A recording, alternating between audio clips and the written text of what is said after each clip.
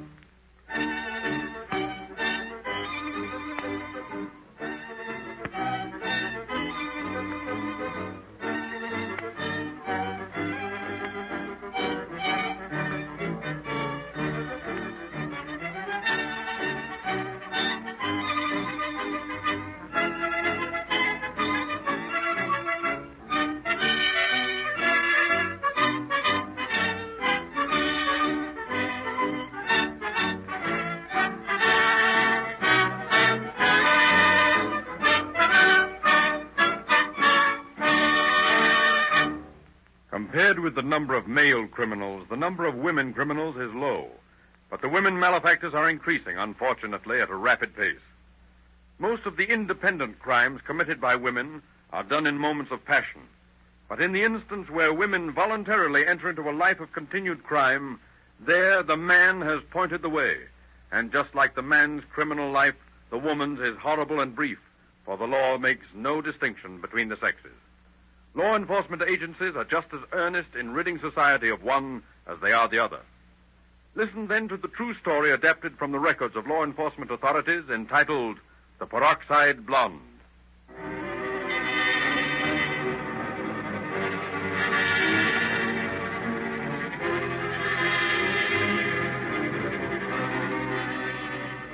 In the home of Deputy Sheriff Cosno Kirsch on the night of October 24th, 1936. Move on, stoop. Keep your shirt on. You found nothing yet? Sure, an overcoat, a bathrobe, and a bunch of neckties. I better get a lot of jack. Hey, wait a minute. What's up? Here's a couple of rods. Let me see. See a 38 S&W and a 32. Lamb. It's a pair of handcuffs. Say, this bird must be a copper. So what? His junk will bring as much as anybody else's. Want to take him along? Why not? Junk man will buy him. If he don't, we can sell him to the cop on the corner. Fair chance. Here, take this 38. Sweet baby, ain't it? Be careful with that thing. You might shoot yourself. Come on, let's blow. Take your time. There's a lot of junk here. Skip that. It's getting late. We gotta beat it. Okay, give me a hand with this stuff. We'll go out the back way. Yeah, I bet this copper's gonna be sore when he finds out about this.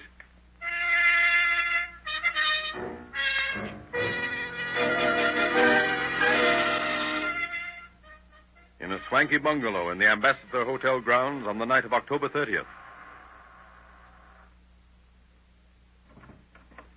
Yeah? Oh, I beg your pardon. You see, I just moved out of this bungalow, and I didn't know it was occupied yet. I left something in the medicine cabinet in the bathroom. My ring. Wonder if you'd mind if I look for it. Why, I suppose not. As a matter of fact, I just came in. I haven't had time to look in the cabinet. Yeah, I know. I mean... I'll go with her if you don't mind. No, not at all. That is... Thanks. My word, what extraordinary persons. Blonde in a mink coat, a brunette in an ermine wrap. My word.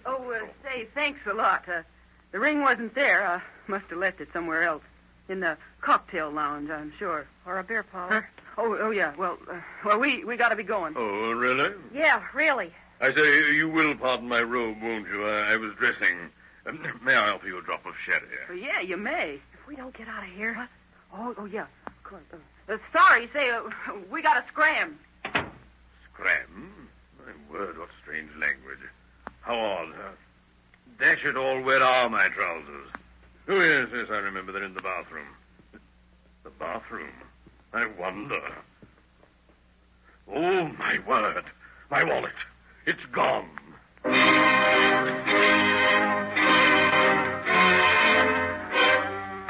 On the morning of November 10th, Inspector Stensland of the Sheriff's Bureau of Investigation receives a visitor. I'm Inspector Stensland. What can I do for you? I want action. I'm tired of this happening to me every time I leave my home to go to a theater. I'm a citizen and a taxpayer, and I want something done. I want it done today. Not next month or next week, but now. I'll see my lawyer. Yes, but what's the trouble? I've been robbed. Well, when, where, and how? Last night at my home. How? Oh, well, how should I know? Well, let's try it again. Now, who are you? I'm Dr. Chester, and you've been robbed, I know. Now, give me a list of the stuff, Well, a full-length ermine cape, a three-quarter-length ermine cape with rhinestone clip, a silver fox cape, a silver fox muff, a set of sable furs. I thought you were a doctor. I am. You sound like a furrier. Now, what else? A short ermine jacket, a silver fox neckpiece, a silver fox collar. Yoicks. What? Nothing. Go ahead. A diamond and sapphire bracelet set in platinum, a smaller diamond and sapphire bracelet, a platinum watch chain, a platinum and gold cigarette case. Jeweler now, huh? What is that? I said nice jewelry. Go ahead, Doctor. And a pair of cufflinks. Yes, Doctor. I think that's all. Are you sure? Well, certainly I'm sure. Isn't that enough? Oh, quite enough, Doctor. I'll send an officer out to talk to you and get a complete description. Very well, I'll be there. What's the value of the property, Doctor? Between $14,000 and $15,000. Okay, we'll get on it right away. That was another one of them. Thomas. Yes, Inspector? Here. Here's a list of the robberies that have been reported in here since the 1st of October. Now, get on them. Got enough of them. Now, those jobs all look alike to me. The folders are all there on every job. You'll find most of them are as alike as to, well, method of operation. And Where are they located? all over. These babies look like smooth birds to me. Old heads at the game, probably. Now, I want you to round that bunch up. I don't care how long it takes, who you have to use, or how you do it. But get that gang of housebreakers. I think those two women, the ones who pulled that Ambassador Hotel job, are in this mob. Well, for the purpose of your work, assume that they are. Well, it's a cinch if these babies have been operating as long as these reports indicate. They're pretty apt to be known around the joints. Guess I'll put the old grapevine to work.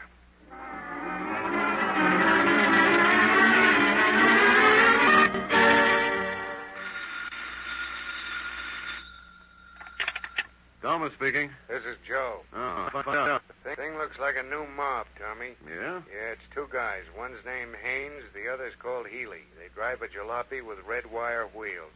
Here's the license number. Shoot. 6S8640. They live on Fremont, close to 3rd. Any women? Yeah, two. A beefy blonde and a dark dame about 18 or 19. How about the blonde? Old enough to be Sitting Bull's mother. Okay. Keep your eyes open and your mouth shut. Don't worry about me, Tommy. Anything to help a pal. Thanks. So long. Yes, sir? Will you get hold of Ed Crumpler at the Associated Bureau of Identification? Right away, sir. I'll call you.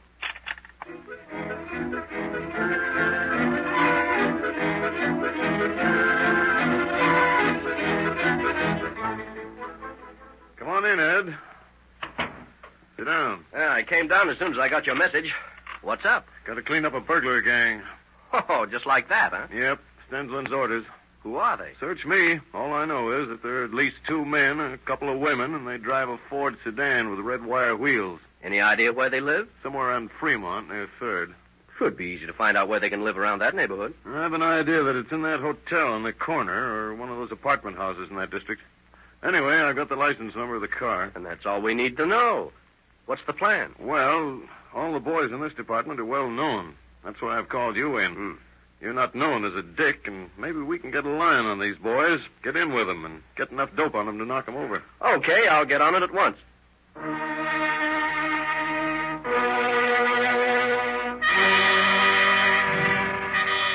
With two of Crumpler's operatives watching from another car, Thomas and Crumpler parked across the street from the hotel to watch for the suspected driver of the red-wheeled Ford.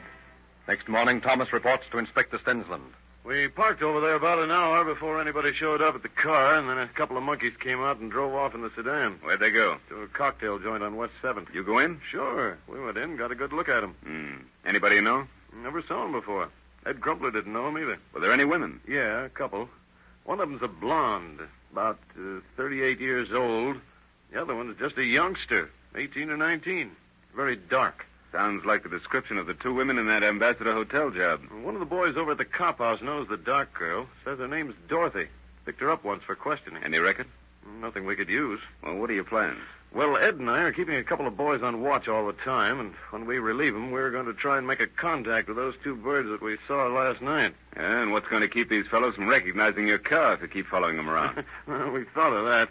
We fixed the headlights so we could turn them on independently, and we drive around a while with the left one burning, and then we switch over to the right one, and then we burn them both for a while.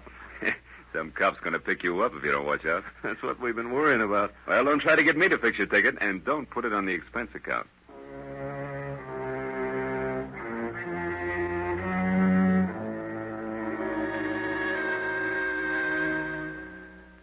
On the third evening, the officers followed the suspects to the bar on West 7th, entered the dimly lit saloon. I see our friends down at the end of the bar there. Yeah, I see them. Let's pretend to be drunk and mosey down that way. Okay. You nuts. The country's better off today than it ever was. Look, Barney, you're all wrong. I ain't had a job in 2 years, and I know lots of guys that's worse off than I am. You're eating, ain't you? What's that got to do with it? Hey, watch where you're going. I beg your pardon. I wasn't...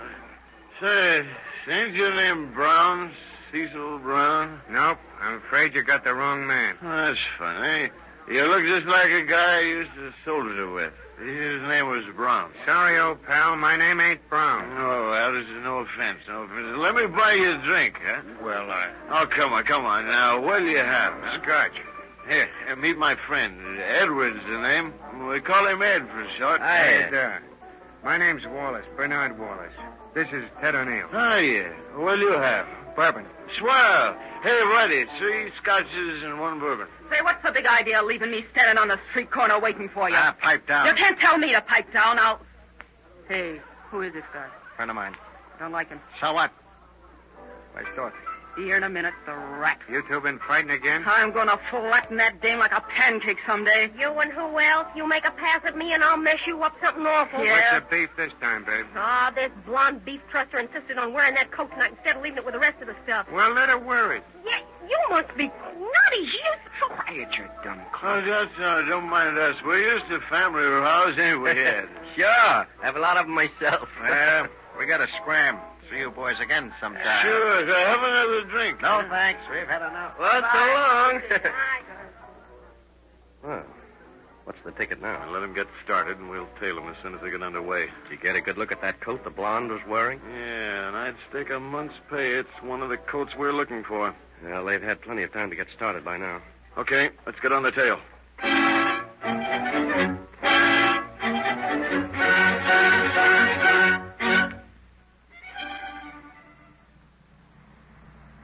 There's the car parked in front of the hotel. Yeah, I see it. Better park here and we'll keep an eye on it. Is that the time? Just 10:30. Hope we don't have to sit here all night. Wait a minute. You see that Buick coupe over there? The one that guy's getting out of? Yeah, I saw that bird here last night. Where does he fit into this picture? I've got a hunch that it's somewhere in it, all right. Hey, look. There's that blonde coming out of the hotel. With an armful of clothes. Uh-huh, I thought so. She's loading the stuff in that Buick. Fence? Looks like it. Hey, that guy looks like a Turk to me. He's helping the blonde load the car, all right. Looks like they're ready to pull out. Let him pull. We'll be right behind him. Brown and Saxon are parked down the street. They'll keep an eye out for Ford. Did you tell them to search it tonight? Yeah, they'll bring anything they find over to the office. Okay, go follow him.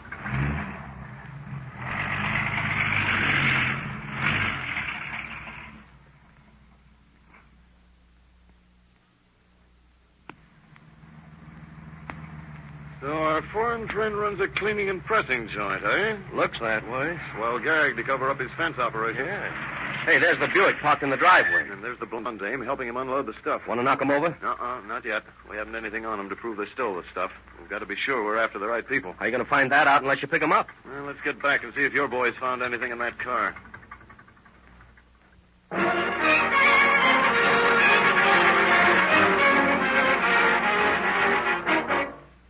Back at headquarters, Thomas and Crumpler find that Crumpler's men have brought in a quantity of things found in the suspected car. They begin checking it with burglary reports in an effort to ascertain if the suspects are the ones they seek. One sealskin coat, 2 flashlights, and a hunting knife. It's a handy tool to have around if you want to jimmy a window. Yeah. This coat is what has me stumped, though. Not on any of the burglary reports? Not a one. How about the flashlights? Not much of a chance of identifying them. Well, according to this report here, this fellow in Glendale, he had a peculiar kind of battery in his flashlight. Let's see, saw that name somewhere in here. Wait a minute. Oh, yeah, here it is. He said he had new Revere batteries in it. Let's take a look. Yeah. No. There you are, Tommy. Revere batteries are new ones. That's the first definite thing we've had on those monkeys. Want to take them now? I don't see how we're going to pin a dozen robberies on this bunch on the strength of finding a certain kind of flashlight battery. Well, I guess there's nothing to do but keep watching them. Thomas speaking. This is Brown. Crumpler there? Yeah, just a minute. Brown, he wants to talk to you. Oh, thanks. Hello, Brown. Listen, Ed, I just followed our boyfriends down past the creamery on Santee Street. Looks like they're casing a job there. Did they notice the car had been searched? Didn't seem to. Did they stop at the creamery? Nope, just drove around several times, circled the block, then came back. Uh-huh. Where are they now? Still at the hotel, as far as I know. Yeah, well, okay. Keep them in sight, and if they start out again, let us know. All right, Ed. What's up? Brown thinks they're casing the Knudsen Creamery for a job. Guess I'd better have another talk with Inspector Stensland.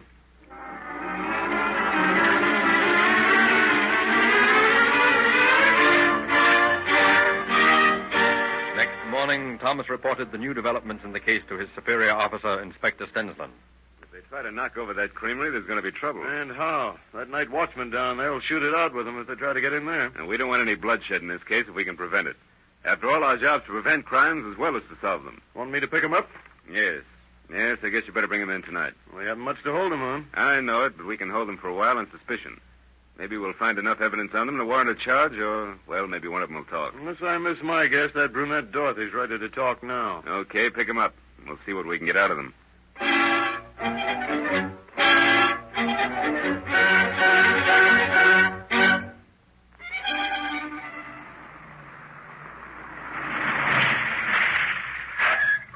Seen anything down here at the creamery, Ed? No, not much.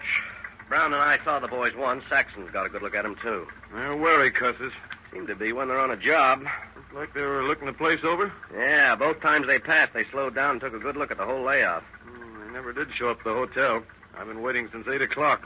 2 hours, huh? Yep. What do you think of leaving Brown down here? You, Saxton, and I can go back to the hotel, and if they show up at either place, we can grab them. That's okay by me. Hey, Brown, I'm going back uptown with Thomas. Okay, Ed. See you later.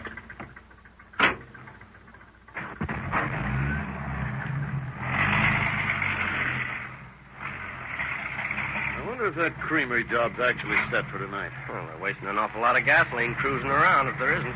Did you boys follow them when they went by? Yes, but they're too smart for us. They evidently weren't taking any chances with being followed. Drove through more alleys than I knew this town had. You know, it'd be a joke on us if those monkeys got suspicious after we searched that car and pulled up stakes on it. They may have moved to another hotel or apartment. That'd be just dandy. All our work to do over again. Yeah.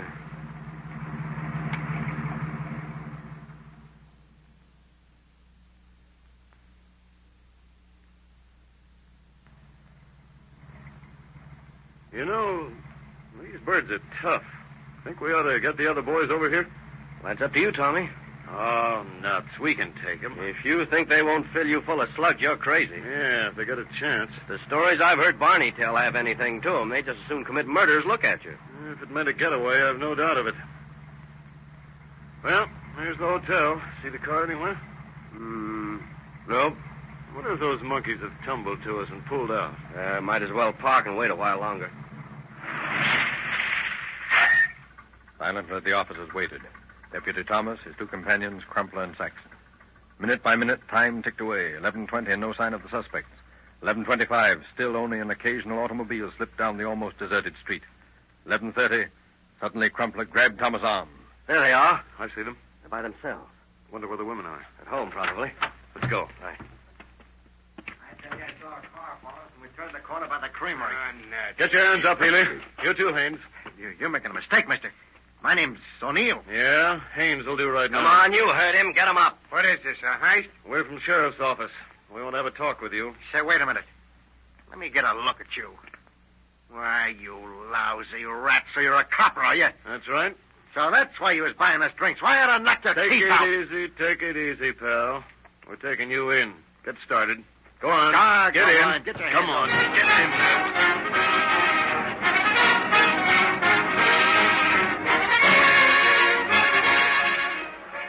Back at headquarters, Inspector Stensland detailed deputies Ray Morris, Peter Sutton, and Al Guasti to accompany Thomas and Crumpler back to the hotel to look for the two women. Ray, I think you and Sutton and Guasti had better take a look at Healy's apartment. You'll probably find a lot of stuff there. And that brunette may stagger in there pretty soon. Okay, Tommy. Ed, let's get up to Haynes' room and see what we can find. We'll see you boys at headquarters. Okay.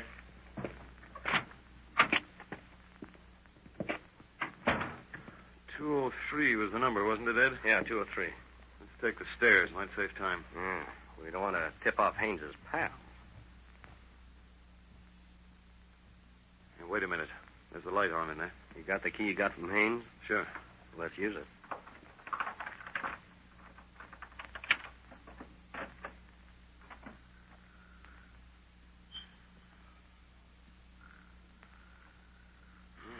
The blonde. Guess she's waiting for Haynes. Boy, listen to her saw wood, will you? Shame to wake her up. Well, let her sleep. Looks comfortable in that chair. Let's take a look around here. Here's something wrapped up in a handkerchief. Let's see it. Boy, get a load of that. Jewelry. Scads of it. This is the right place, all right. Hey, take a look at this stuff in this closet, will you? Enough fur coats to start a store. Yeah, a live look at those clothes. Guess they haven't had time to deliver these to the Turk out on Vernon. Uh-oh. Here's something. What is it, Tommy? Nice little 38. Well, there's a map of some sort. Let's see it. Ed, look. Huh? This is a map of the Knudsen Creamery offices. I guess we scared him off that job. Well, let's wake up our little playmate and take her back to the office. Boy, she looks peaceful. I'll bet she is, too. Just like a buzzsaw. Come on, get up. Wake up. Come on. Get up, get up. Hey, who are you? Never mind. Come on, we're taking you to jail. Go away. You bother me. Go. Come on, Ed. Give me a hand. Let me alone. on, dear. Come on, your way. Move along.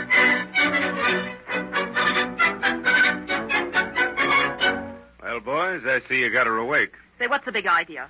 What's this all about? Know a fellow named Haynes? I don't remember. Oh, one of that kind, huh? What's your name? Marie Jones? Where do you live? You ought to know you brought me here. Now, look, I'm going to tell you something. I don't want you to get sore at me or nothing, see? I'm not going to tell you a bunch of lies like that dame did. What dame? That Dorothy dame. You got her, didn't you? Yes, we got her. And she gave us a statement. Go on. Oh, well, look, I'm just as surprised as you are seeing all that jewelry and stuff there on the desk. You see, that dame don't like Well, me. never mind about her. We want to ask you some questions, and we want you to answer them. Yes or no, huh? Just like that. Well, look, I don't feel so good. I was drunk when you brought me in here. Drunker than a hoot owl. Now, during the time you've known Haynes, did he ever give you a fur coat? A fur coat.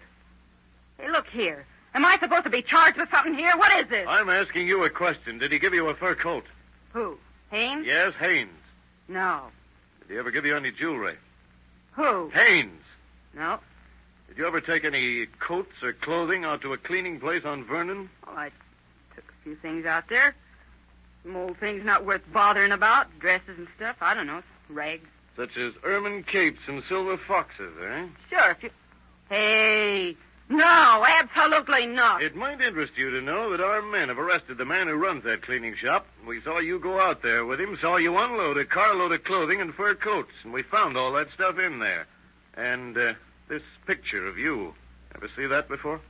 Oh, for the love Do you of... run around undraped like that very often? Hey, look. I don't know anything about that picture, see? I don't know anything about him at all. I was in the store alone, drinking with somebody, and they wanted some pictures. You tear that up, there ain't no negative. I didn't even know they'd been developed. I didn't know anything about the things. Nuts. We can't get anywhere with this woman. Bring the other girl in here, Thomas. Okay. Bring Dorothy in here, will you? Sit down, Dorothy. Where'd you get her? Friend of yours? That dame? Don't make me laugh. That pan of yours don't make me hysterical either, sister. Save it. We want to know something about your boyfriends, Dorothy. Yeah? What do you want to know? Recognize any of the stuff on that desk there? Sure. I've seen it all. Where? When the boys and this blonde dame here swiped them from the houses they broke into. Why, you crow-headed little rat, I'll tear your eyes out. Oh, no, you won't. No, you won't. Sit down. I said sit down.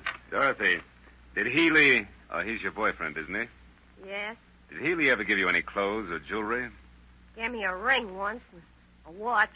This it? The one we found in the apartment? Uh-huh. Did he ever give you any money? Are you trying to be funny?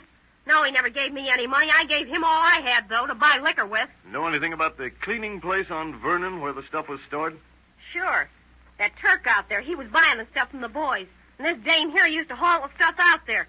She was in love with the guy that owns the joint. Nice girl, isn't she? You like her type. Personally, I don't.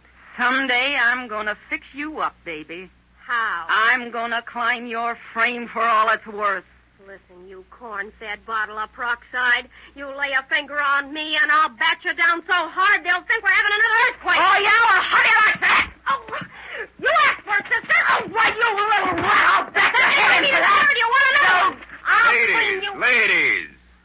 This isn't done in prison.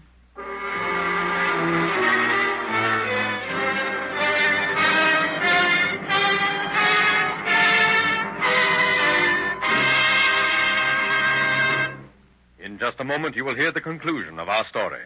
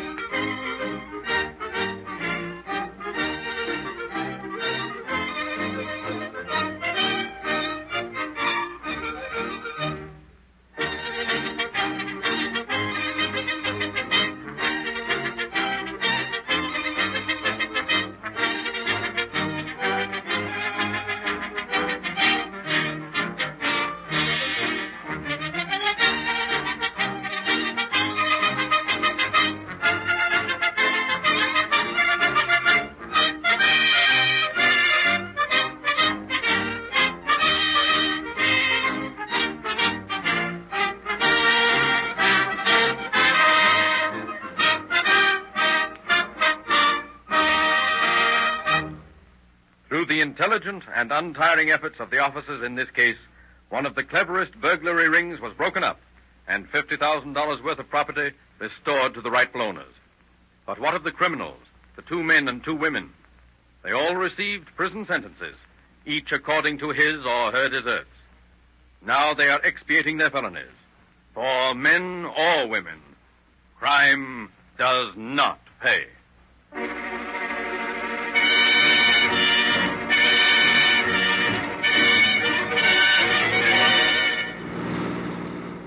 Calling all cars, attention all cars, cancellation broadcast 225. Suspects now in custody. That is all. Gordon.